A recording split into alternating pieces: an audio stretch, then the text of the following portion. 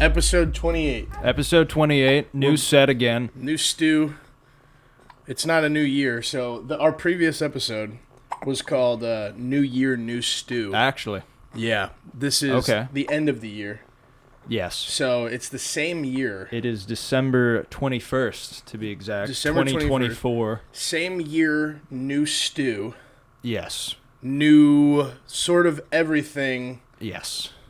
being that you live in a different state. I live in a different state now. And I have a family. Yeah, if you guys didn't know, take a look at his hat, and this is the dad and the guy. The dad and the guy. Welcome to the dad and the guy. That's not too different. We could rebrand. We absolutely could rebrand. We got little Daisy here with us. Yes. Little Daisy Lee Henson. Yes, Daisy, give a wave.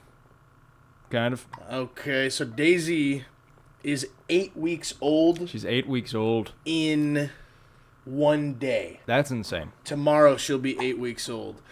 She's so young. Is tiny. She was born a whopping 7 pounds, 2 ounces. Okay. Okay. So actually pretty on the smaller side. Yes. Her birth. Glad we caught that on camera. That sucks, though. Oh! Oh! Her birth was not dramatic, which is what we were hoping for. That's what you want. Being, it was our first. We got induced. Oh, baby, don't cry. Jess got induced, and the induction took about 2 days. Okay. And then the labor/delivery took about 60 to 90 seconds. Yeah. She pushed for a very short time, and little Daisy was born. Wow. And now she's just killing it. And she is crushing it. She slept 8 hours last night. That's good. Which I hear for a newborn is pretty uncommon. For sure. Now, I have to bounce her. Mm-hmm. Because it soothes her. Yes. If I don't bounce her, she'll do that, but more. All right. If I stop, maybe she's fine. She might be fine. Maybe she's not. Oh, no. Oh! So Daisy is going to let us get a nice, clean record. Yes. She's not going to... Despite your concerns. She's a showstopper, but not in the literal way. Yeah. I see that's a good way to word that. She's threatening you, it seems, right now. But she won't stop the podcast because a little fussiness is not enough to kind of stop. Yeah. The power dynamic. Yeah. Okay, go on. A few minutes ago before we started, she sort of did this kind of thing, and it didn't really sound like she was all the way breathing. Yeah, so I that's had concerning. To give her a couple of pats on the back. I don't want to say smacks because I wasn't hitting her, right? But I was patting. Yeah, I was patting her back so that if anything, I was thinking maybe there was a little spit in her sort of breathing one. Yes. And I figured maybe if I could give her a couple pats on the back, that might sort of dislodge that. No. She seems good now. She seems like she's good now, breathing. Well. She was sick. She was like majorly congested. I shouldn't say majorly because I don't really know the spectrum. She was congested, and I have this sort of apparatus here. Oh my. That this is like the mouthpiece, and I would sort of put that in her nose and suck out any snot. Into your mouth. There's a little filter in there. Oh, so it doesn't go. It lets air through, but not the schnoz. That's good. It stops the actual matter from reaching my mouth. Yes. But at the end of the day, snot grosses me out. Her snot does not gross me out. If I had to put my mouth around her nose, and suck the snot out of there, you would. I would, so that she could breathe. I feel like good. Baby snot is the most sanitary snot. Sure. I don't know. Well, she thinks so. Your nose She's talking a lot. Boogers are basically things that you breathe in that your body rejects. Your nose hairs are a defense from like that kind of thing. So snot is like mucus, and mucus is in everyone. So baby mucus, baby snot to a degree is going to be more sanitary, but baby boogers are about the same as yours or mine. Okay. Probably. So you would say no, all snot is gross. It's all unsanitary. To a degree, yeah. I would rather have her snot in my mouth than yours, though. Oh. And what's that supposed to mean? Exactly what it's supposed to mean. Pretty much exactly what it sounded like. But she is my blood. She's a cutie.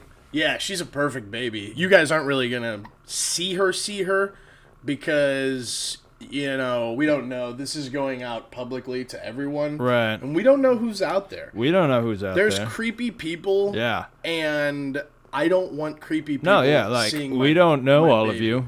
I feel like we know most of you at this point. To some extent, you know, or another. I feel like the people who watch are just people we know. But we do get viewers from other countries. Not often. That's because we're global. We're global. We're kind of a big deal. The dad and the guy is a global brand. Yes. So basically, like if we're friends on Facebook, you've seen her. Or if you're friends with Jess, her mom, my wife, I got married. She put a ring on it. Yeah. You know, So since last episode, the husband and the guy, everything's different from the last episode. You were just a boy. So the previous episode, which was at the beginning of the year, was in Florissant, Missouri. Okay. In the basement. I lived in Florissant, a boyfriend, and that's it. Yeah. Since then, we found out that Jess was pregnant. We got married. And congrats. Thank you. Yeah. Had the baby. Congrats. Thank you. Before we had the baby, we moved. Yeah. To St. Peters, Missouri. So we figured we're having a baby, and Florissant isn't the safest place to be. Sure. You know? So we moved back to St. Peters so that Daisy wouldn't have to hear gunshots once a week. Yeah, sure. And none of that. Constant police sirens, people flying by in the neighborhood. I mean, it's a disgusting place. Trash all over the ground and everything. You know, living there, our house in Florissant wasn't terrible. It was like a decent little house that we were renting. But not where we want to raise a family at the end of the day. No. You got out of there. Got out of there, did the necessary sort of things that we had to do. We busted our ass working on this house. Yeah. We're renting it now with intent to buy after hopefully a couple of years. Sure. And starting our life, you know? I mean, it's a really interesting thing because it sort of feels... I lived like a life before 26 years before Daisy was born. Yes. Did a pretty good amount of stuff in that time. Your relative... Yeah, go on. And it feels like my life has... I don't want to say just started. Yeah. But it doesn't really feel like she was ever not here. That's cool. You know? Yeah. It's a really weird... I would say I feel like you're relatively, in terms of like... just in general, you're like a young father. Some people... She'll be 20 someday, and you'll be in your 40s. Right. That's pretty young, I think. I agree. Some people have kids at like 19, 20. My sister became a mom at 19. Oh, wow. I couldn't have done that. Sure. You know, I mean, I guess if it would have happened, I would have made it work. Yeah. But, I'm not with the person that I was with at 19, and I don't think a kid would have changed that. No.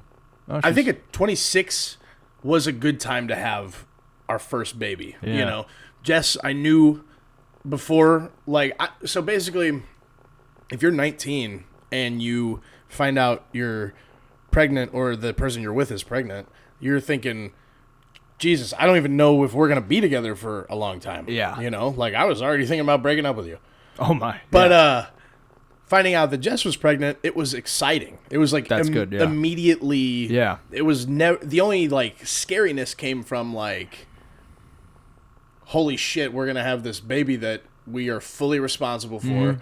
It's not a dog, you know, like a dog, you just whatever, you leave and then you come back and your dog is fine. You cannot like, leave without the baby. Hey, Daisy, I got to get to work. Daisy will be right back. She's just in the middle of the floor, just crawling around. You know, so it's just a totally different adventure. Yeah, you know, but one that we were excited about the entire time. Yeah, you know, like there was never like, oh, I can't believe I'm having a kid with you, you know, like you knew her at that point. We knew You're that happy we were together. We knew that we were together for the long haul. That's good. Either way, so it was not scary in that way. Yeah. You know, like something to be excited about. It didn't feel like perhaps a little daunting, but definitely it's. But it wasn't. It wasn't like our life was ending. It was like our life was. It's a starting. delightful challenge. Yes. Yeah.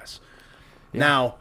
We found out March 1st that she was pregnant, and at the time, this year, yes, yeah, that makes sense. It had to be, but that's weird. That's so weird that like January, you had no idea, nothing, and now she's just February, no idea. Now you're just having a podcast with her. Yes, and she's asleep, and she is sleeping. That's good, and I'm hoping that it lasts a good amount of time. Like I don't need her to be asleep the whole time. I just need her not crying.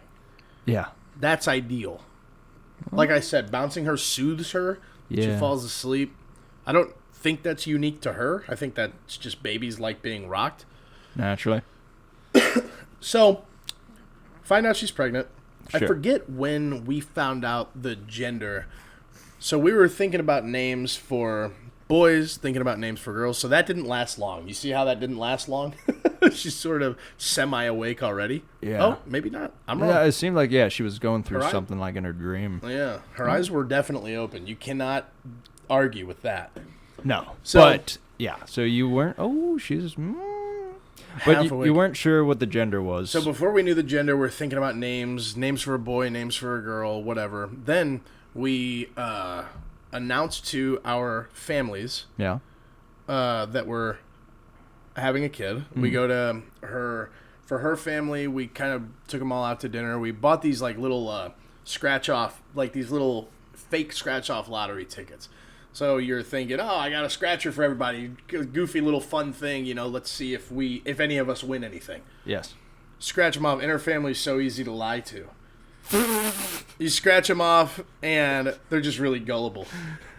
And you scratch it, and it's like your winning numbers are, say, 3 and 7.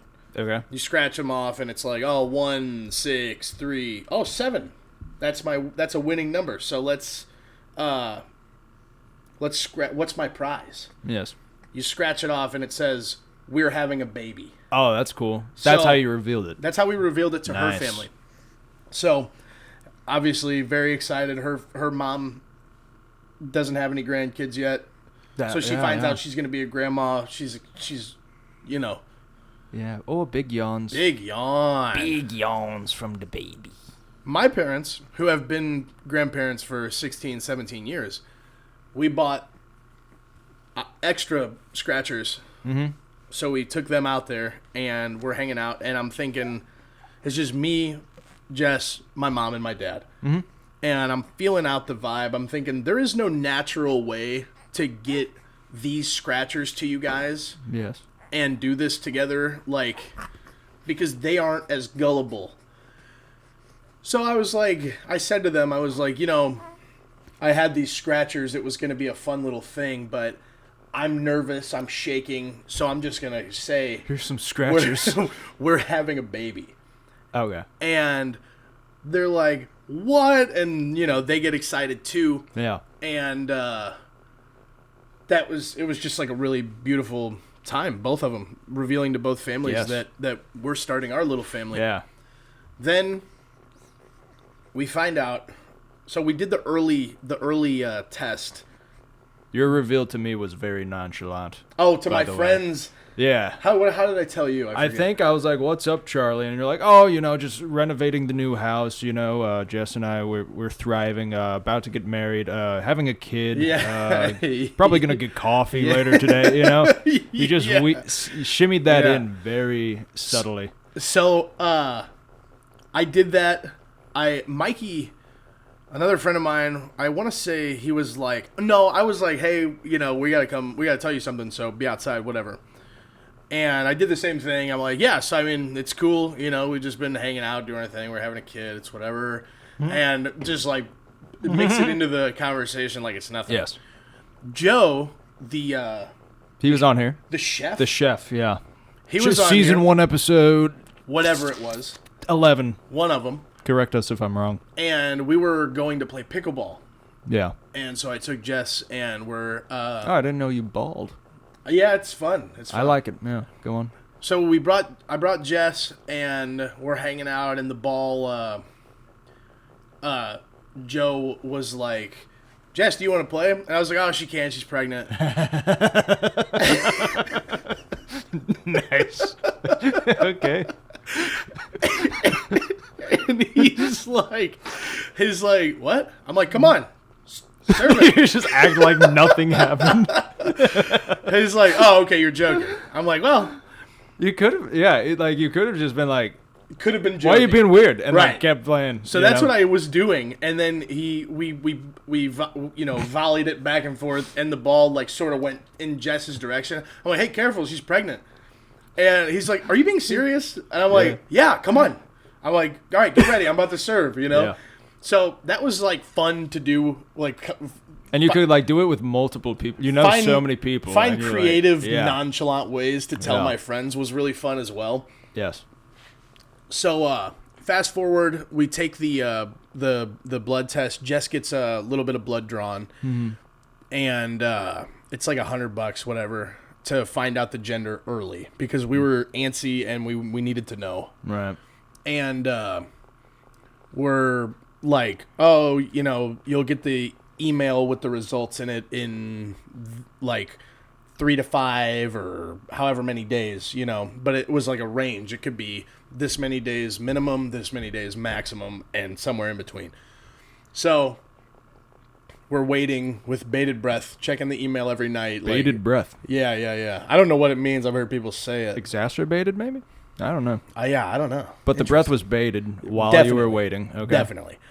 And so finally the email comes, and we're sitting on the... Oh, before we even find the email... Yeah, we're good. Oh, before we receive the email, we're thinking, boy names, I'm the third Charles in a row. Charles the third. Different middle names, but sure. And I'm thinking if it's a boy, it's Charles. Oh, wow. Because we might as well keep it going. Carry on And Jess agreed. The hardest part was trying to think of a middle name to go with Charles. And Schwab. Charles Schwab was on the table, and it was high up on the list. It was on the short list. I see. And for a girl, we were like, oh, it could be this, it could be that. And then we're laying in bed, and we're about to go to sleep, and I had a name picked out for a girl, and I'm thinking Jess liked it, so I was like, okay, it's probably going to be this, but we'll keep thinking, we'll keep brainstorming. And she would like rattle off names at whatever times, and in my head, I gave up on names because I'm like, I picked one, And in terms of like a girl name? Yes. What was the one that I had originally? That I was like set on was River. Oh. And I was like, there's no changing my mind. There's no way. Yeah. So she would name off like names, and I'm like, I like it, but it's not River. It ain't no River, yeah. And she was like, what about Daisy Lee? And I was like, yeah. Yeah, I think... You're like, it's no River. It's better than River. Yeah, basically. Wait. That's like exactly how it went. So then I found myself so excited about the name that because people would ask me, are you hoping for a boy or a girl? And I'm thinking, I'm hoping for a healthy baby. And no complications, no issues. Yes. For Jess or the baby. And Jess grew up with women. She, her mom, for a lot of her life, was a single mom, and then 2 sisters. Yeah. Jess was hoping for a girl because she felt that she would be more comfortable, and it's for a baby boy, if you're changing their diaper and they pee, you're getting pissed on, But also, I feel like, if you like grow up around girls, I feel like having a baby, there's less of a leap to raise a baby girl as opposed to a guy. So if you're used to being around women, let's say you guys have another child, it's a boy. She's like, you're all more. She's more experienced, exactly. And I like, Jess was never really around babies, like she had baby cousins, but I had nieces and nephews that I would babysit as a kid, and cousins that I would babysit and everything else. I had changed plenty of diapers and everything else before I was ever a parent. Yeah. And Jess never had that same experience. So I was thinking, if it's a boy or a girl, I'll be fine, and Jess will adjust, you know. But like, especially when it comes to like the teenage times, I startled her. Yeah. When it comes to like teenage times, she's going to be more equipped whenever she starts going through changes and everything. Jess will be more equipped to talk her through that kind of stuff. Yeah. But so Jess was always, I think, slightly leaning more towards girl. Mm-hmm. But when we came up with the name Daisy, I found myself like leaning towards girl because I was so excited. Because for Charles, or for a boy, it's always going to be Charles. Yeah. Did you have like a gut feeling that it'd be a boy or girl at first? Or were you like rooting for it to be a boy?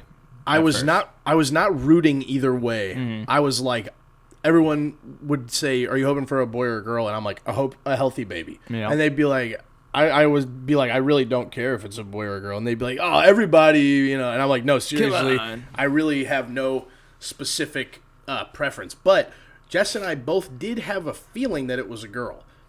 And there's like wives' tales that's like, oh, if you carry higher, it's a girl. If you carry lower, it's a boy. Or if you have morning sickness, it's probably this or whatever, But it's just like almost anecdotal kind of. I don't think there's any like hard evidence, solid evidence. Yeah, there's no study. Right, and I think there is. Maybe there's a study. I think there's studies, but I don't think there's any like. Not enough to be conclusive. I don't think there's like conclusive data. Like, oh, big stretch. Big stretch from the baby. Yeah, that big some of that, relieve some of that lactic acid. Yeah, good for her. Oh, big stretch. But all right, go on. So once we came up with the name Daisy, I found myself leaning. Oh, so we both had a feeling that it was a girl. Yes. And I would say like I have a gut feeling it's a girl, so it's probably going to be a boy. Like that's what I would say to people. It's a little goof, but that is how I felt. Because normally, for me, if I have a gut feeling about something, it will typically be the exact opposite. And there is no more of a 50-50 opposite than like gender, at birth at least. At birth. Whatever. Play it safe, yeah. So, after we came up with the name Daisy, I found myself leaning more towards girl. So, we finally get this email. I'm like splitting all over the place. This has been a crazy year. No, you're good. Yeah, fill us in. But when we get the email and it's like, I don't know, like whatever introductory email stuff. From who, sorry? From her, like the lab that did the the blood work. Blood work. Okay. And so we're sitting on the couch and it's intense. It's like emotional, and it's like, here's the link to the video. Don't scroll past this point. And it's like, okay. So we click on the link and it's a video, and it's like, text, congratulations, slideshow style. Congratulations, new screen. You are having a baby, ... And then, like, a fog starts coming up from the corner of the screen. Sick. It's like a pink fog. Ooh, a girl. That's tough. And we, like, both just start crying, hugging each other. Yeah. You know, it's like this beautiful, like, intimate, like, we're just sitting on the couch together watching this little video on the phone. Yeah. And it was just such an intimate reveal to just the two of us. Yeah. That was, like, private and perfect. And it was, like, just a flood of emotion. And it was such a beautiful moment that I'll never forget. That's awesome. I like how they, I feel like probably in the past they were just like, they would send an email to you and it'd just be like in text. Yeah. Like, well, you're having a girl, you're having a boy. But the fact that they like had a video set up. That they made it like pretty. Kind of like a gender reveal party yes. almost. That's cool. And before that, it would just be like, you wouldn't know until you could see on the ultrasound if you could see. Right. You like find out at the hospital or something while they're doing that. Yeah. And that's what I see in movies usually. Yes. Yeah. That's pretty cool though. Where were you guys when that happened? Like, were you here? Florissant? Okay, so it was like, at that house. Yeah. Nice. In the living room. And, I have a terrible short-term memory. Why?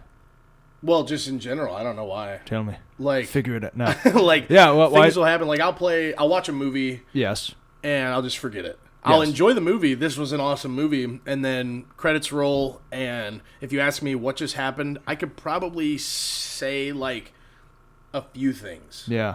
You know, bigger moments from the movie. Yeah. I just have a terrible short-term memory. Really? Okay. Yeah. So, but like, I feel like eventually, if I, like, watch a movie a few times, then I'll really remember it.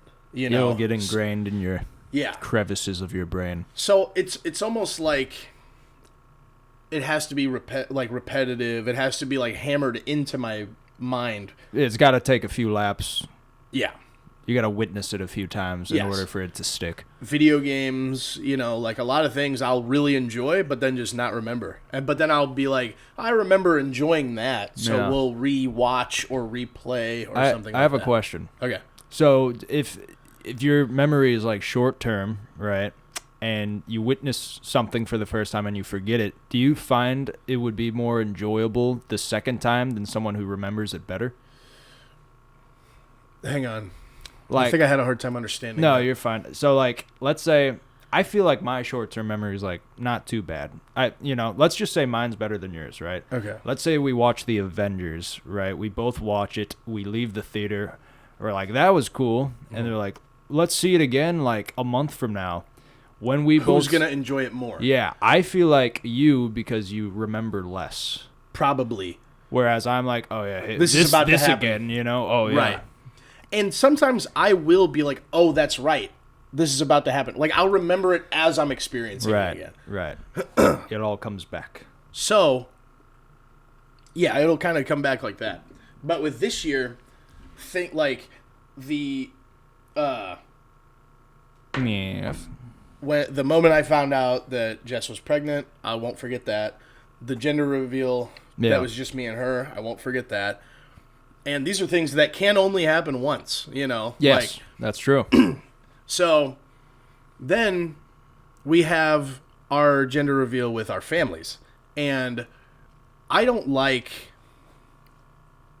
hiding things, you know? Like, so Jess and I found out that it was a girl. Well, then our families both knew that we knew the gender, but they didn't know it was a girl. And they would ask us, what is, what are we having? What are we having? What are we having? But you wanted to have an event. We wanted to have a gender reveal party for our family. So we got our families both together for the first time. Oh, that's cool. Our entire families. Yeah. And we went to each person, sibling, parent, and took a separate video with them and said, I'm your aunt blank. Yeah, I think I saw that. You're like, I think you're going to be a blank. Yes. Yeah. So it'd be like, I'm your grandpa Chuck. I think you're going to be a boy. Yeah. I'm your grandma Donna. I think you're going to be a girl. Whatever. then these like twist off little poppers, confetti popper, yeah, that blow out the smoke, and it was all pink, and everybody was. That was like a really beautiful thing that I won't remember or that I won't forget. But thankfully, a lot of that is on camera. Yes, you know, that's a video that's documented. That's documented. You don't have that for your birth. No, you know, I feel like so many people don't our age. No, yeah, you like 20 years from now, you can look back. Can show her that video. Yeah, you know, or this video, or this. Isn't it weird? It's awesome. Everything's so much more documented now. Yeah, that's cool. And for me, like by the time I was born, I was the third kid. My parents were like, you know what? Let's just raise this little guy. Like, there's not many baby pictures of me, you know. So like, it's not as like there's a bunch of pictures of my sister as a baby, a good amount of my brother as a baby, hardly any. But of the me baby as a baby fever was long gone by the time you came up. Yeah, and.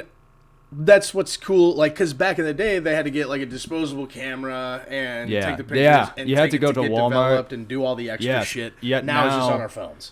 It's so convenient. Yeah. It's so convenient. So. Yeah.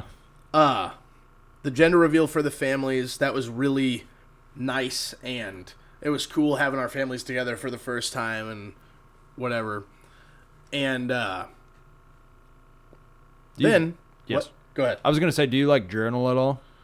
I don't, and I wish I did. Jess does. Jess has journaled a lot of this. Yeah. And with everything, we got so busy that she probably was fell behind on journaling a little bit. But she writes it with pencil and paper. Ooh. And I think that is like better for your memory than just typing it. Oh, for sure. You know? Definitely. So that's why your short-term memory is so bad. You don't. I don't write. I don't pencil I things haven't down. written since. Yeah. So then we're planning our wedding. Yes. You know, and Jess and I knew we wanted to get married, and the plan was to go to the courthouse, sign the paperwork, and be legally married, and then later down the line have a big ceremony and make it like a real special thing. You know. Yeah. And then it was like, well, let's just do it with our immediate families, you know, and we'll just do like a nice intimate little ceremony and then do the paperwork and be legally married. And then it was like, well, maybe we should just do it a little bigger because once we have the slippery slope, a baby, you know, we're not going to feel like planning a wedding and doing all that. And who knows when baby number 2 is going to be, you know, whatever. So it was like, okay, let's just do it. You know, let's. So we kind of like threw together a wedding in such a short time. What was the timeline you think in terms of like you deciding you want to get married? Or no, let's say this. What's the timeline for you saying like, yeah, I want to have like an event, a ceremony, versus when the event happened? Probably under 3 months. That's a quick timeline. Very for quick, weddings at least. Very quick turnaround for a wedding. Probably between 2 and 3 months, I would say. Yeah. And this year has been so insane that I could be honestly way off. You've lived so many lifetimes this year. Yeah. But we got married in May, the end of May. We found out she was pregnant in March. Yes. So that's 3 months right there. That's March, crazy. April, May. Just. So it had to be under 3 months. And you weren't expecting any of this in January? I had no idea. Had no idea. Wow. I just knew I wanted to marry her. Yeah. We knew we wanted to get married, but we wanted to wait until we could afford to have like a big wedding. Right. And yeah, I feel like that's like a big reason why like most people wait. I feel like just like money, you know. Yeah, definitely. Because weddings are not cheap. No. This wedding was kind of rushed and thrown together, and it still was costly. You know. And thankfully, her family and my family helped us out so much with it. I mean, they've helped us out so much the whole way, you know. Yes. And good support system. Yeah. And we got married, and for how rushed this wedding was and how stressed Jess was, and I was pretty stressed, but ultimately seeing her stress and be so like uncomfortable with it, you know, she's like, I don't want to be pregnant in my wedding photos. Like, I don't even know if I want to do this. And it's like, well, we're doing it on Saturday, so you better get with it. She's like, You know, like hours before. yeah, Like, yeah. on second thought. So, and I think it actually was a Sunday. Okay. But that doesn't matter. But Jess is gonna watch this, so I want her to know that I think I remember. So. But you got her done. Got it done, and it actually was like an awesome wedding. It was. And a lot of people felt like this was one of my uncles who was like, he's really honest, and Yes. if he doesn't like something, he'll tell you. He was like, and he's pretty critical, to like, he's not like rude. Do I know this uncle? I don't think so. Okay, go on. He was like, this was like the best wedding we've ever been to. That's what this he was said. awesome. Yeah. Nice. And I was like, holy crap. Like, Yeah. for you to say this is like insane, I feel like the smaller a wedding is, like the more freedom you have. And I feel like when people feel like they're on a tight schedule, they have, like, we're doing this now. I feel like there's more flexibility that, like, the less inexpensive it is. You know, like the more like Well, what's amazing the way about you guys did it, at least, is it was pretty big. Like, yeah, there was a lot of people there. for how little like. time we had to put it together, it was massive. Yeah. Like probably 150, maybe 100 to 150 guests, I don't know Like what there might have been more, but I don't know what the norm is, Like I have a really big family. yeah. So there was like a lot of people there for it having been thrown together so fast, and it was a pretty like carefree. It wasn't like crazy formal. It was like dress nice, but don't be ridiculous, because I didn't wear tux.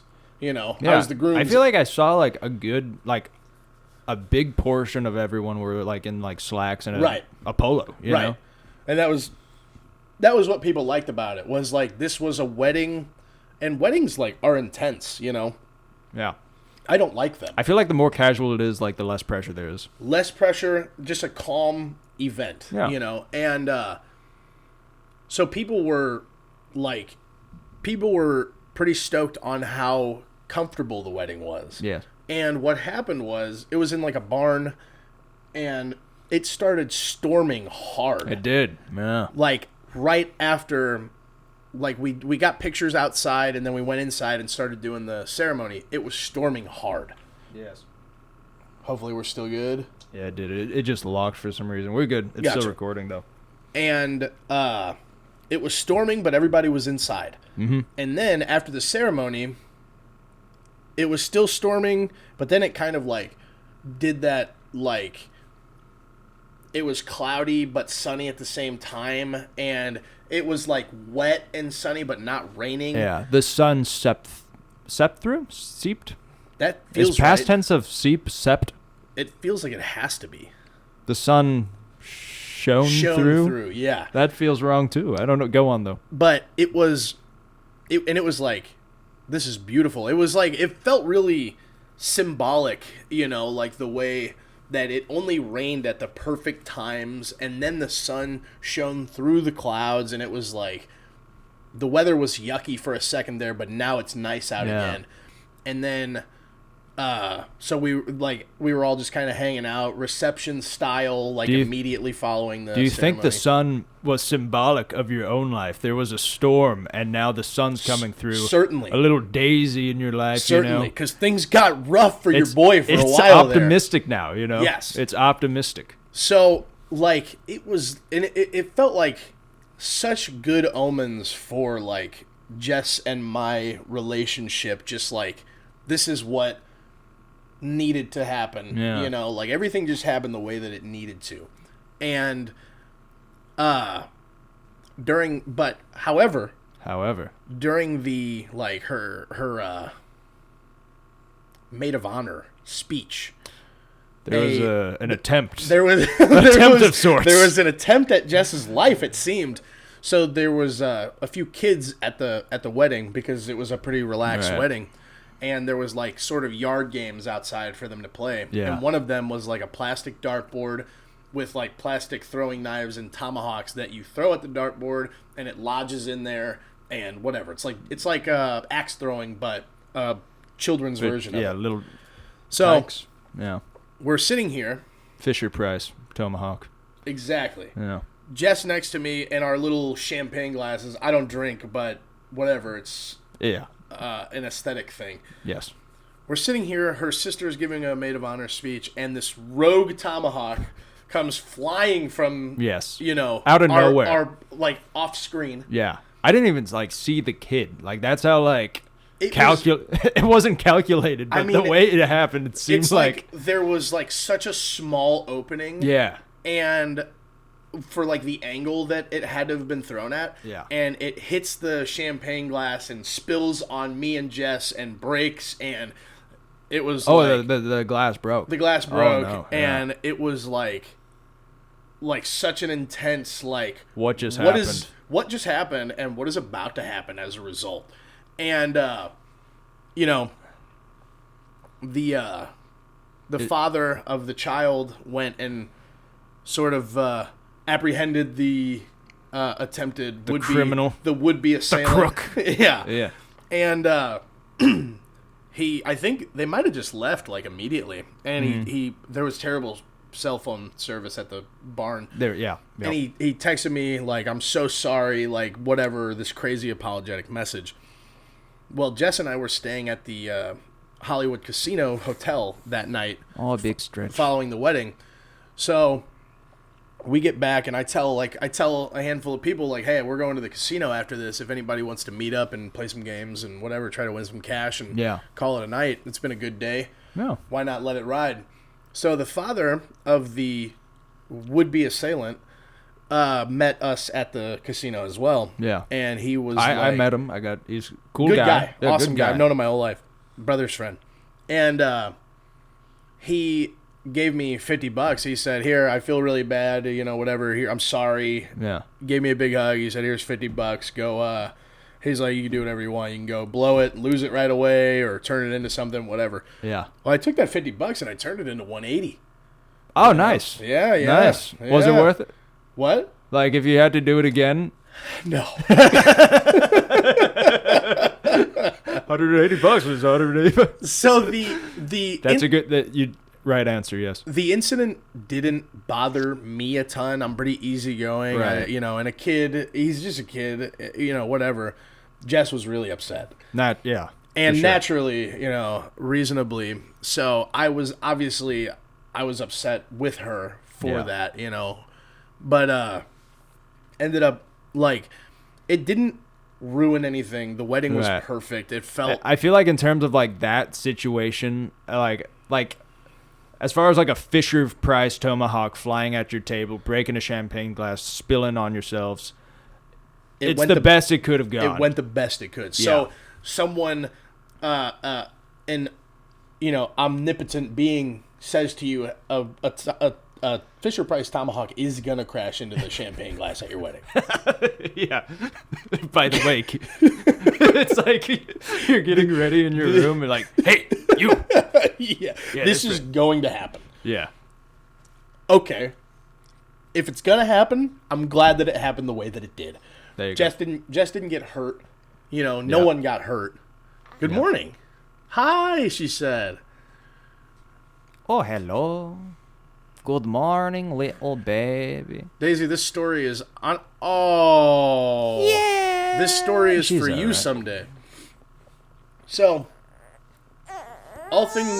Oh, you want him to get to know you. You want him to get to know you. She's a guy.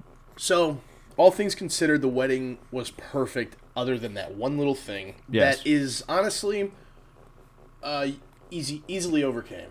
Yes. It was one hurdle the whole day, besides the stress, and that's fine.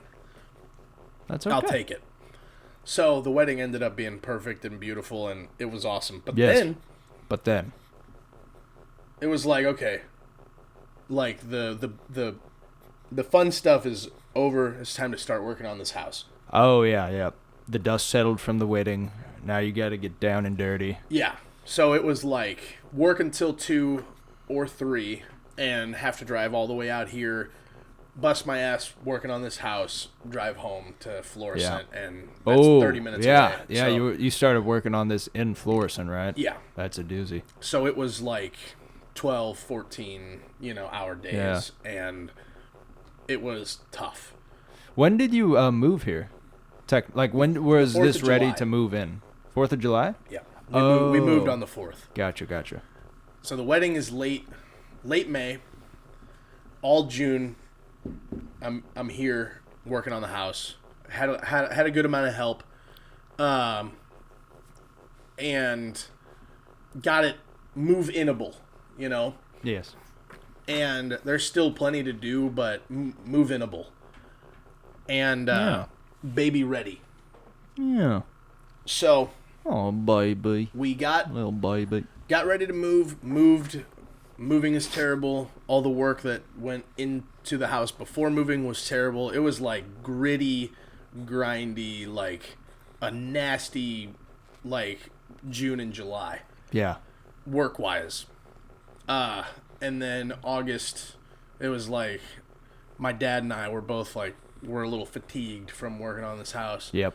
So we kind of settled down and started getting things more ready for the baby. Her being due at the end of October. Sure. And we were like down to 2/3 months away. Yep. And I needed like to get in a headspace like my baby's about to be born. I need to be ready. Yes. And I need to focus on that, focus on Jess, focus on her being comfortable, focus on her being healthy, and like I cannot divide my focus on busting my ass working on this house and then also be there for her the way that I needed to be. So August flies, September drags, and October comes around. And Jess had one complication during her pregnancy that made her eligible for, like, she was like high risk, like there's such a spectrum of high risk that it wasn't like we were like scared, but it was like, concern, something to be mindful of, could lead to other things. So they put us like we were eligible for like induction. Okay. Get induced, and it takes about 2 days, and then on the 3rd day, it's like, oh, this baby is a-coming. Yeah. And she was born, and it was intense, and that's another thing that happened that I'll never forget. You guys went inside a tent to give birth. Exactly. Yeah. Intense. And or in one tent. Intent. And I was not standing on the feet side of her. I was standing by her head, kind of like more supportive and out of the doctor's ways. She had to get her water broken manually, and then she did a little number 2 while still in the sack, but with no whatever, like, so the NICU needed to be standing by, because if she got that in her mouth or nose, then they would have to take her to the NICU and kind of whatever, do like clean her out, Okay. make sure she's okay, make sure she's not being poisoned, whatever. Yes. So the room was pretty crowded, and there was also like a med student that was kind of shadowing. Yeah. So the room was crowded, so I didn't want to be in anybody's way. I stood like kind of in the corner next to Jess's head. Make small talk with the shadowing med student. Yeah. So why did you decide you wanted to? Yeah. She's like pushing out a baby. So,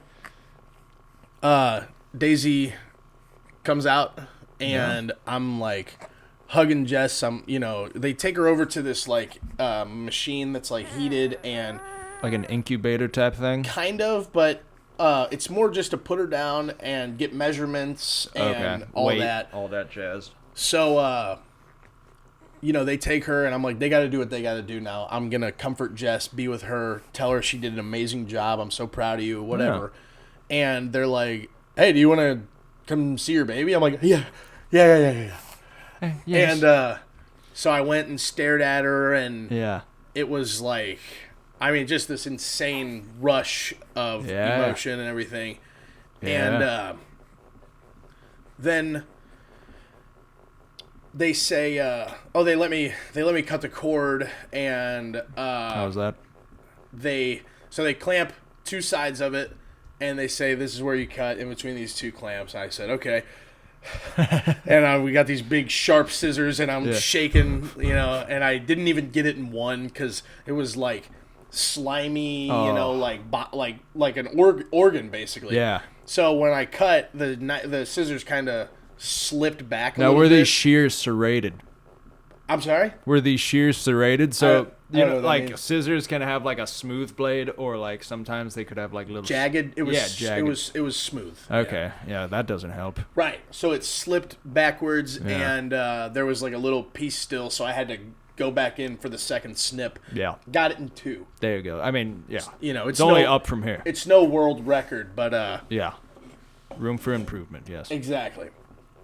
And then I got to see her, and like kind of they showed me the placenta, and it was jarring to say the least. I imagine. And they stitched her up, and oh no. Yeah. But Did I tell you to stop rocking me? We were able to stay in the hospital for 2 days to allow Jess time to recover and kind of get used to the baby. And we were like, no, we've been here for 3 days already, and we have to be here for one more. So we left as soon as we were allowed to, basically. And what time did you guys leave from the birth? Like how long did that take? She was born around noon, and we left around noon the following day. Okay. And when's her birthday? October 27th. October 27th. Yeah. I'll have to pencil that in my calendar. A good birthday. Yeah. And interesting enough, there is like her weight was 7 pounds 2 ounces. Her birth was 2.7. Her social security number has a good amount of sevens in it. There's a lot of sevens involved, which it's a good number. Is a good lucky number. I feel like whenever I choose something, 7 is always the number. That's my go-to. Yeah. So, like pick a number between 1 and 10. That's probably not good. Like short-term memory loss. Maybe you'll forget about that if we ever play a game or something. Right. Yeah. Probably not.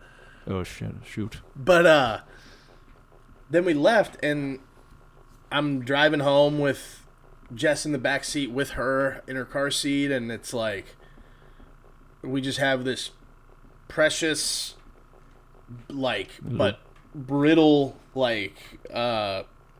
bundle of joy. Yeah. And it's like, if anything happens right now that's terrifying, like if I get in a wreck on a normal day, well, I'm probably going to be fine. Right. If I get in a wreck today, it's going to be bad. Yeah. So, finally get home safe and sound, and then we are just the three of us, a family in our house, with our animals, but and it's been that way ever since.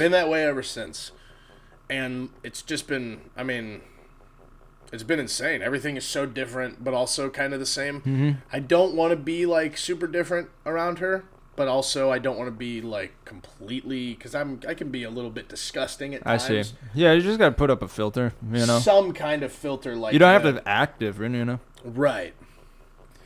So, yeah, it's been cool. She sleeps with us. She sleeps in the bassinet next to us. She has been sleeping more and more. Yes.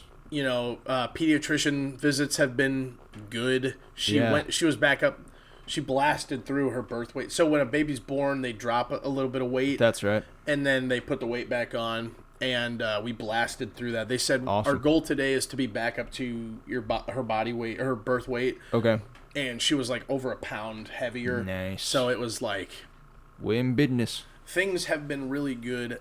Clean bill of health, Boss baby back in business. We've been very lucky, very fortunate, throughout this entire year, And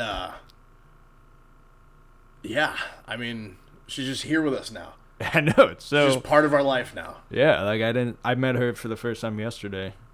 Yeah. She's cool. She's a cutie. She's a cute baby. She seems like older than she is. Like I have like a new cousin, right? And I feel like at the time he was 2 weeks versus this little lass here. She seems 2 more months. like... Oh, yeah, 8 weeks. Yeah, she seems active. She's like expressive. Holds her head up and I saw. Yeah, she's got a little personality. Yeah, you know, a little tood. She looks like her mother, yeah. which, doesn't bother me. Yeah, it doesn't bother me because it's a good person to look like. Person to look like. It's interesting being the man. Being the father when your baby's about to be born, a part of you is like, I want this baby to look like me, and I don't know why. You deserve for the baby to look like you. You've done all the work. Oh yes, yeah. It's interesting. Like I feel like people kind of like if you're a dad, you expect your son to look like you, and if you're like a mom, you expect your daughter to look like you. But sometimes you'll notice like the gender swap, like, oh, my daughter looks like me, but my son looks like that's my pretty wife. funny sometimes. Yeah, I feel like it's really interesting like that. And she, like, according to her maternal grandmother, yes, she is like the spitting image of her mom when she was a baby. Interesting. I feel like she looks like a pretty good split between the two of us. Like I think that her feel nose like she your nose, right? is closer to mine. Her cheeks, Jess and I both have big cheeks. She's got her mom's eyes, and that's where... What color eyes? Like, can you tell yet? We can't see the color of her eyes yet, but chances are Jess's are hazel and mine are like brown with a hazel kind of hue. So they're probably going to end up being hazel. Yeah. Interesting. Yeah, it's interesting. Cool. Head full of hair. A lot of hair. Born with a lot of hair. Yeah. And it hasn't grown a ton since the fateful day. Yeah. But I'm excited. Yeah, you should be. I'm excited for you. It's fun. It is. You're an adult. Just a whole adult. Last episode you weren't. No. She's kind of smiling. I was a boy then. I'm an adult. Yeah, so now she's like starting to smile at things, like smiling to actual things instead of just like if she shits in her diaper, sometimes she'll smile. Yeah. It's like such a relief that they just smile. Yes. But yeah, like some things that we do can actually make her smile now, which is like... And it'll be more and more. Yeah. Yeah. And it's cool right now. She's pretty attached to her mom because that's where she gets her food from. But she'll eat from the bottle, so I can feed her as well. But I think at least up until like the past few days, she's preferred the breast over the bottle. Okay. But lately, past few days, you say? Lately, she's been doing better with the bottle for whatever reason. She's growing up too fast. Yeah, she said, "Hey, just bring me a glass of water." I was like, "What? You don't even have teeth." She spoke for the first time. How'd you do that? You don't even have teeth. It wasn't even a word. She spoke that full sentence. Yeah. Hey, do you mind bringing me a glass of iced water, please? Yeah, it was crazy. Yeah. Manners. But yes. So right now, I comfort her. Like if she's fussing, she can't see me right now. But a lot of times if she's she'll look at me and kind of relax, and it feels good as her dad. That you can ease her mind. Yeah.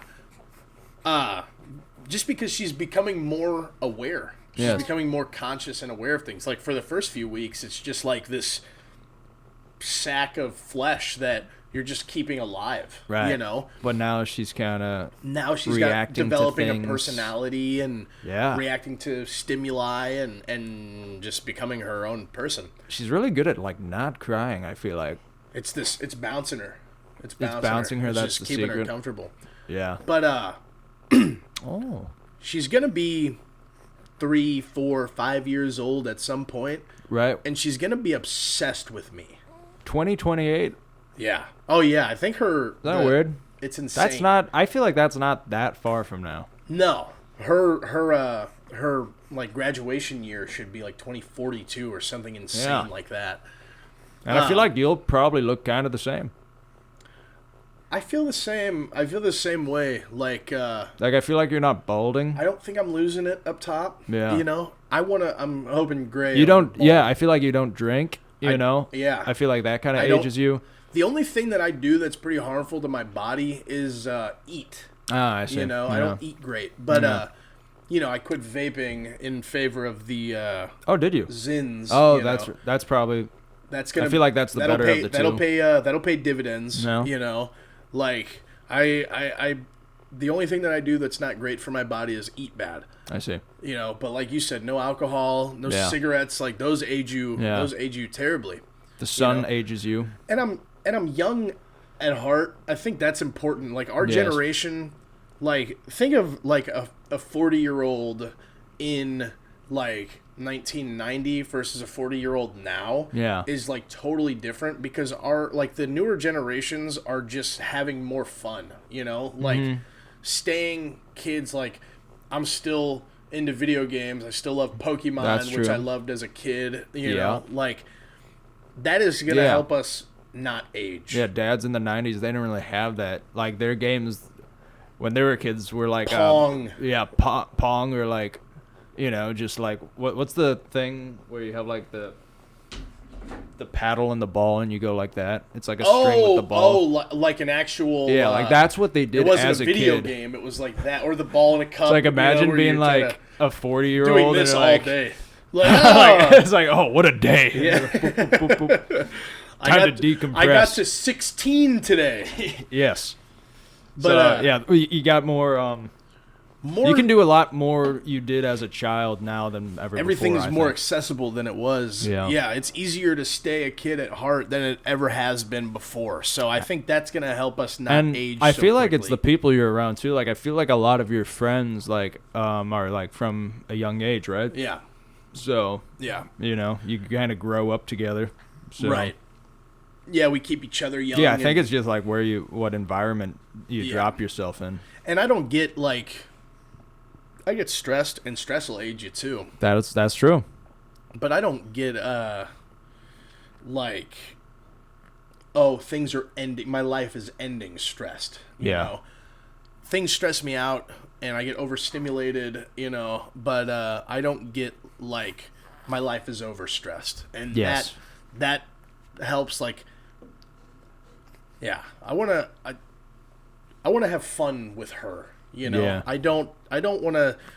The more seriously you take stuff, like it just takes away, boring. Sucks all the joy out of it. It does, then it's more of a job. I don't want raising her to be a job or like it's a responsibility, but I don't want it to be like I have to do this. You get to do this. Right? Exactly. Because she didn't ask to be here. You know, she ended up here. She ended up with me and Jess as her parents, which and Jess and I get along so good, and like we always have, and even like through all this, like we'll bicker, we have our spats, you know, but it's never been like never yell at each other, like it's never intense, and that's gonna help her. In the long run. Yeah. You know? That's a big difference. Like if your parents like are pretty at peace, like growing up, like that's good for you. Like one of the more damaging things in my childhood, I would say, is like my parents fighting at times, you know. And like that rubs off on the child, you know. Right. Like you pick up those tendencies. Like if your dad or like your mom is impatient with something, I feel like you're more likely to get impatient. Definitely. You know, growing up. Because you just all you know is what you've lived your entire life. You're like, oh, this is how people live. This is how you're supposed to do it. Yeah. This is just everyone lives like this. This is it. Thankfully, we just get along really well. We click on things. If something that one of us is doing makes the other uncomfortable, we'll have a conversation about it, and that's just good. You know, like good communications. Everything as far as that goes, like we're just so lucky that I feel like the luckiest guy in the universe that I have her, and we have this perfect You're in a child. good spot. Like, I mean, things couldn't have worked out better. Yes. You know, like it just feels like everything that happened was what was supposed to happen.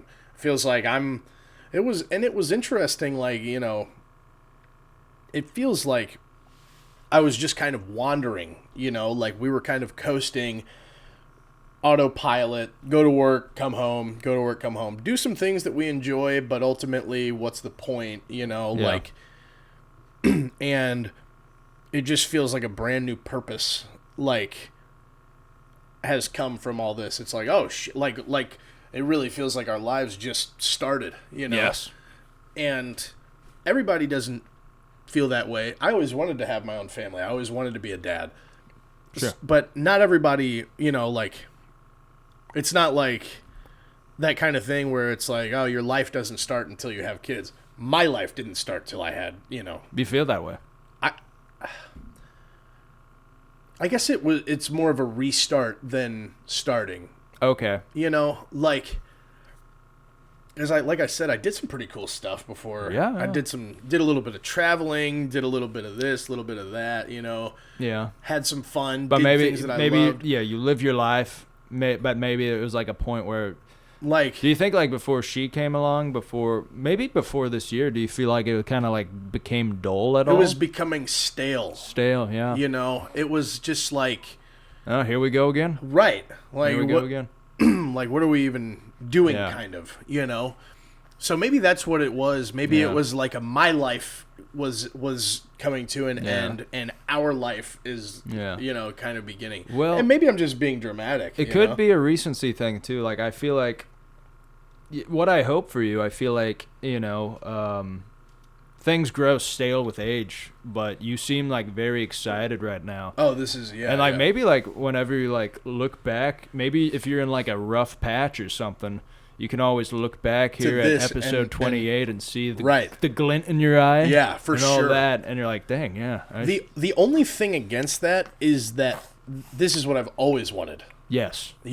Since I was a kid, I've always been stoked to have my own family. And it's like a constantly like rewarding thing. Like, it's not like I have a goal in mind, I achieved that goal. Oh wait, now what? No, it's a gift that keeps on giving. Yeah. Very true, and it's also like it can't really get stale because every like however like whatever amount of time is so different. Like, she's 8 weeks now. Mm-hmm. 4 weeks ago, she was a totally different baby. Yeah. 2 weeks ago, she was a totally different baby. 2 weeks from now, she'll be everything is developing so rapidly now. But then she'll be walking and talking and like communicating, playing with toys. Is like, so I don't know like a way for it to get stale. Sure. Until she's, I don't know, because even like when she becomes like, she'll have like the teenage years, and then she'll be turning into a young woman, and then an adult, and like boyfriends or whatever, and getting married if that's what she decides to do when she's however old, like has her own kids, they're like, I don't think it, like my life, like certain things about it might get stale. Yeah. But the only thing that like the thing that I care about the most in my life, I don't think can ever get stale. Yeah. Like with our family, Yeah, I'll say this too. Like, I feel like when people aren't in your life and you're thinking about yourself, that's when you kind of like you get down. Like, you don't even mean to think about yourself, but you don't have all these like people, like she exists now, Right. Last year you didn't care about her because she didn't exist, right. I guess. But now you're like, now that she exists, that's like less real estate of you thinking about yourself, right. and that's allocated to her, right? So Definitely. that Yeah. like, I feel like when you put others first, that's like a very fulfilling way to live, for sure, and you don't get down. And I never had to. Like, I mean, Jess was always priority number one. Yeah. But ultimately, like what you're saying, I'm thinking everything was so internal. Like, yes. Why am I even doing this? Like, whatever. Go to work. Fuck, another day. Yeah. But yeah. It, like you said, it gets allocated to just like this new, and who knows, like baby number 2 and hopefully 3. Like we want to have a posse. A whole crew. We want to have a gang. Yeah. We want to start a gang. We're gonna do crimes together. We want to sort of do an organized crime kind of thing. But a mob family, crime family. we started playing Dungeons and Dragons. Yes. Me and Jess and a few other friends, and not to whatever. It's just stupid. But I'm the dungeon master. Oh. And where's the sound effect? That one. Yeah.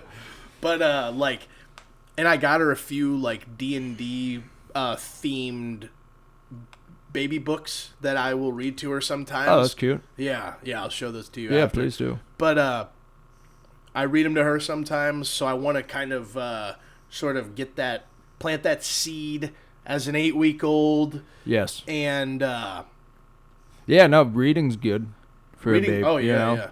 And yeah, don't give that kid an iPad. No, that's. Unless if you do, and then I'll be like, he did that. I probably won't even comment on that. Like, that's scary. Not my place to say. Like, if technically you gave Daisy, like, an iPad at 2, I wouldn't. That's not my place to interfere. Never. But me now, like, now that you haven't yet, like, then you can. Don't do it. Don't do it. Yeah.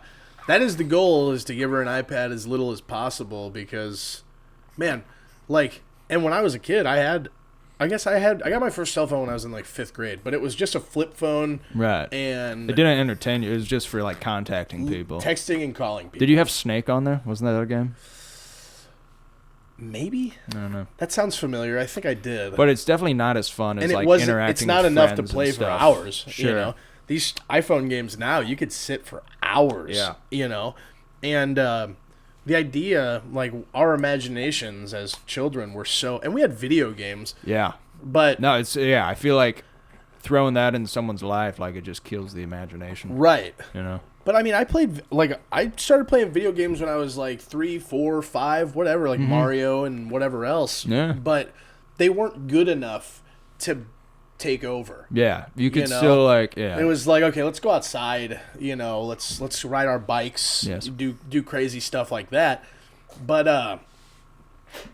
I would prefer for her to have the imagination, not have to, like, reading to her is good for the imagination. Yes. Show her the pictures from that, like the iPad thing. And like, I think we talked about it a little bit last night. There's like video compilations of, these parents take away these iPads from these kids and they go feral. They go feral. Yeah. I mean, it's scary.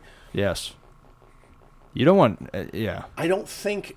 And there's strategies, limited screen time, and everything like that. And I think that's totally fine, but it is scary, like, because it is such a cheat code. Like, if she's like fussing and crying, and you just hand her this bada bing, hand her this iPad, and she's like, like, just then you don't have to worry about her. You don't even have to think, you know, and it's too easy for parents, but it's also like that can be damaging. There's not enough data. There's not enough, like, I heard playing video game, like, let's say like she's a little older and you like keep her on your lap while you're playing like let's like Call of Duty or something. Right. Like that much stimulation, I've heard like it's bad. Like it could like lead to like ADHD or like a short attention span.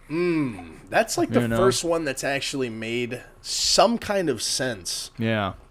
Because they grow accustomed. I could see them growing accustomed to that much stimuli. There's like certain TV shows too that I've heard like that like cut really quick, or like they're really bright and colorful, and like they happen so quick.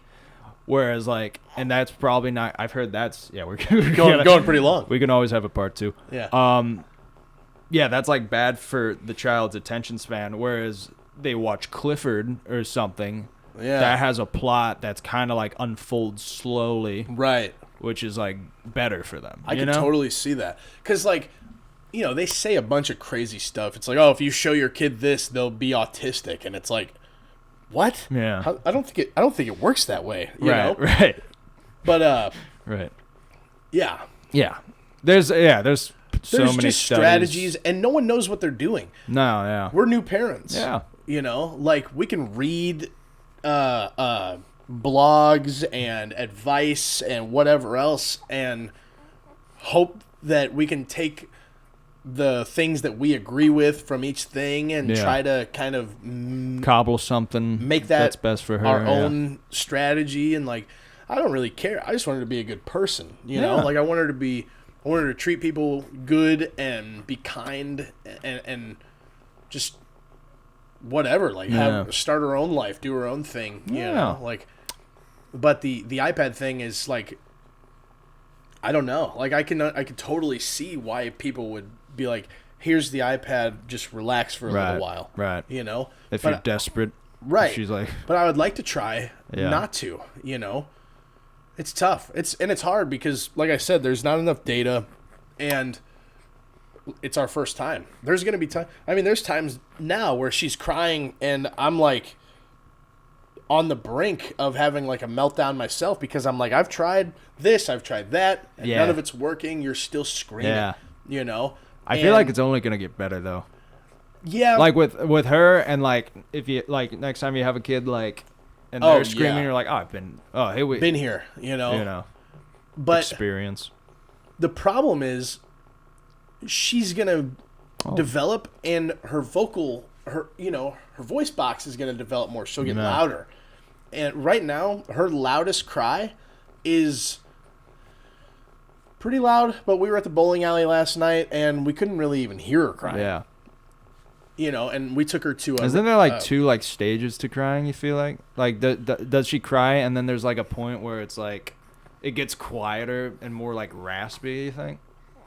Maybe. Like, I think that sometimes when she's, like, fussy crying, that is like during the podcast, like that wasn't even her crying. That wasn't her crying. That was her getting a little frustrated for whatever reason. But like when she's like crying and there's tears and she's like losing her breath and stuff, like that gets pretty intense, and it gets pretty loud, but only because we're inside.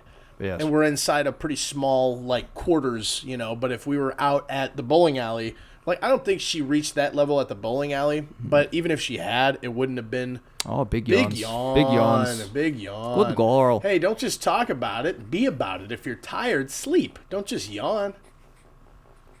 Yeah, she's got the bow. She's got a Chiefs thing. There's a Chiefs game today. Yeah. Yep, Chiefs game happening right now. Hopefully. Oh, actually. Yeah. All right. But, I mean, we could wrap it if you'd like, or... Yeah, I mean... I don't know, like, we could always wrap it, and we could, like, film another, like, segment after this if you want, if you like, and I'm just, I'd like to transfer the video, if that, or we could just call it, we might just call it. I mean, it's interesting because I have a lot to do today. Sure, okay. But it just feels like there's so much that's left unsaid. Yes. But regarding this year... we went through the... you covered the marriage. You covered the... covered the big highlights. The baby. Oh, real quick quick story before we go. Let's hear it. A couple weeks ago, it snowed here. Okay. And you didn't get to talk about your lunch. These things happen. Too much. That's what happens when you film once a year. Yeah, true. Yeah. But we went to... Buffalo Wild Wings. We had to drive on Laura Hill. And there's a few hills on Laura Hence Hill. the name, yeah. Exactly. It should be called Laura Hills. You're right. But, we are driving, and there's just like a thin layer of snow on the ground. Okay. And she's in the car seat. Yes. So we're coming up to the base of this hill where we're going to go over it and keep going. Yes. From the horizon of this hill comes a sideways car sliding. No. Coming at us fully sideways, thankfully still mostly in their lane, but kind of coming into Not ours. completely in their lane. Right. Terrifying. And it looked like the gap was closing, I was driving, I had Jess's car, and it's a compact vehicle, I would say. There we go. And this gap was narrowing, and I'm like, I just got to get past this guy, and he was like getting closer to us, and I'm like, he's gonna hit us, and I'm hoping to minimize the damage, and just like by the skin of our teeth, slip through between the curb and the car. Okay. And it was so intense, and like Jess grabbed. Like, we both were just panicking. Yeah. And in a panic, she grabbed the steering wheel. Me, when things are happening and like I'm able to think about it, even though I have such little time. The adrenaline kicks in and I process it really. So I'm like doing what I need to do. Yeah. But while I'm doing that, there's an external force. There's a force on the steering wheel. Right. And I'm like fighting her over the steering wheel. Yeah. And she's not like, oh, I need to turn the car. She's like, I need to grab onto something. Okay. And it's just like a fight or flight response. Yeah. And so I fight through the force of her grabbing the steering wheel, and in a like panic, scared rage, I'm like, don't grab the fucking steering wheel. Yeah. And it's the first time I've ever talked to her like that. We've been together 5 years. It's the only time I've ever snapped at her like that. So the exact way it went down, I'm like, don't grab the steering wheel. Yeah. I'm sorry. I shouldn't have talked to you like that. Instantly. Like, immediately. Yeah. And so I don't even look in the rear view. I don't think it was a Mustang, by the way. I don't think he hit anything. I think he just spun out, course corrected, and kept it moving. Yeah. She must be getting hungry. Cute.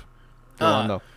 And kept it moving. And I'm like, I really shouldn't have talked to you like that. I was like, I didn't mean to, you know? And she's like, I didn't even notice it, you know? Oh. She was like, it was such a...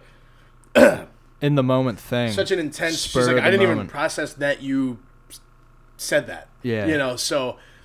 I just felt really bad. I felt really guilty. Like, that's like the one thing I try to never do is like snap at her. Yeah. You know? And like... That's the only time, like, I've been upset with her and she's been upset with me, but we never, like, talk to each other bad. Right. Even when we're upset with each other. Yeah. But and just that situation. It was so scary. It was like something else was just taking over. Yeah. And, like, we eventually get to Buffalo Wild Wings and I'm still like, I can't believe I talked to you like that. I'm so sorry. She's like, I don't care. You know, like, I'm just happy we're all okay. And I'm like, I'm happy we're all okay too.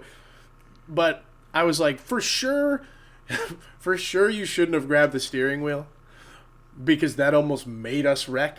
Yeah. But I shouldn't have talked to you like that. It was such an interesting... Yeah. It was such a weird thing because it was so immediate. Like, there was only a beat between me snapping and me saying... And it's not even like... I didn't insult her. I didn't, like... It was just like... I don't like cussing at her. Right. I'll cuss with her. You know, I have a potty mouth around her, but I never direct it at her. Yeah. And, I just felt really guilty and bad in that moment, you know, because that's like the type of thing I grew up with and hated, you know. The snappy, the instant, like, where did that even come from kind of rage. And so that's like the one thing that I was always like trying to weed out. Yeah. You know, I'm like, as a kid, I'm thinking when I have my family, I'm never going to be like this. And we're going to be happy. We're going to be good. And, it was so weird. Like, I almost started crying, you know, because I felt so bad about the way I was like, I should not have talked to you like that. And she's like, it didn't bother me. Like, that was just intense for both of us, you know. It was like I shouldn't have grabbed the wheel, you know. And I was like, and I shouldn't have cursed at you. And I was like, you shouldn't have grabbed the wheel, but I shouldn't have cursed at you. Yeah. So that's it. That's my year in a nutshell. Okay. Christmas. I'm glad you guys made it to the Buffalo Wild Wings in one piece. Now, here's a question. Sure. Do you think the Mustang was symbolic of your past life and trying to hold you back? And no. I think it was and she disagrees with you as well. I think it was a dumbass in a Mustang that lost control in the snow. I think he was being cocky. The road was a little curved, and I think he was like, "Oh, I could take this curve at this speed." And easy. What's amazing is how like cartoonish and comedic it was. We didn't see him until he was coming at us, absolutely perpendicular to us, just fully sideways. Terrible. You know, and it was like, you know, so. But it worked out. You're in town until the 30th. 1/3. Yeah, I am. Yeah. Yeah. And it is the 21st. It's the 21st. Yep. We'll probably be able to do another one. I would do that. I would love that. Yeah. Yeah, that'd be fun. I think we should try to squeeze in another one. Yeah. Maybe. That'd be fun. Maybe we'll just record another one tomorrow and space them out, or we'll wait. What's today? Wait till next. Today's Saturday, the 21st. Okay. Or yeah, just let me know, and we'll get episode 29, and yeah, we'll do that. But I think that's the move. In the meantime, you want to wrap this one? We'll wrap this one up like a Christmas present. Don't forget about the band. Huh? Don't forget about the band. Oh yeah. Band. We've been forgetting it. Yeah. I forgot all about the band. There we go. Thank you guys. There we go. And Daisy, say goodbye and stop crying. She's kind of waving. All right. Yeah, a little bit. All right. See ya.